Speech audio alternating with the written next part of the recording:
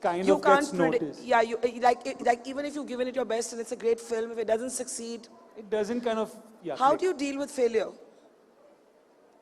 I mean, I've gotten slightly better at it. It was a pretty jarring thing when I was younger because you give your heart and soul to something and then, I mean, it can be pretty brutal the way, you know, films are taken down when they're not doing well. I deal with it by, first of all, going into a shell for a few days and speaking and talking to nobody. Yeah. Once I've gotten my center back, so to speak, I try and, I mean, I've noticed that the best antidote is kind of going back on set. Just getting back into work. Yeah. You know, that's proved to be really good for me. But otherwise, if you don't have that, then travel and just doing other stuff. Yeah. And what do you remember in your sort of journey in cinema to be your toughest phase? When you, it's obviously not now, you're on a high, you're riding the wave, you're riding the crest, but what do you remember was that toughest phase and what do you remember the most about it? I think I had a couple. I think after I did my second and third film, Guzarish and Action Replay, I had these ideas of, you know, what these films would do, and I think that neither of them kind of completely worked at the box office, and I didn't have much work, the kind of work that I wanted come my way for a good year and a half. So that was early on. That was kind of tricky to like get through because I was at home and just, you know, upset about it all.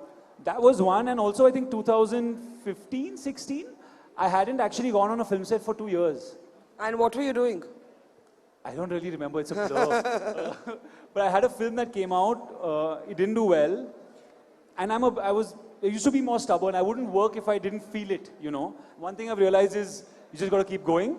Yep. Again, that's another learning. Yeah. But at that time I was a little more stubborn, so I just was saying no to things. It wasn't as if work wasn't coming my way, but what ended up happening was I didn't work for 2 years. I didn't go onto a movie set. And were you like really shittily low at that time? I think I was in phases, but I was also completely fine, amazingly, in phases. Like I traveled, I chilled, I did other things. Yeah. So I guess some of those things have stood me in good stead to deal with more of those. Has fame changed you? Well, I'm sure that I think is a question posed to people close to me would maybe have a better perspective. What do you think? I would think in imperceptible ways that I'm not aware of, yes. But I would like to think at my core, no. No.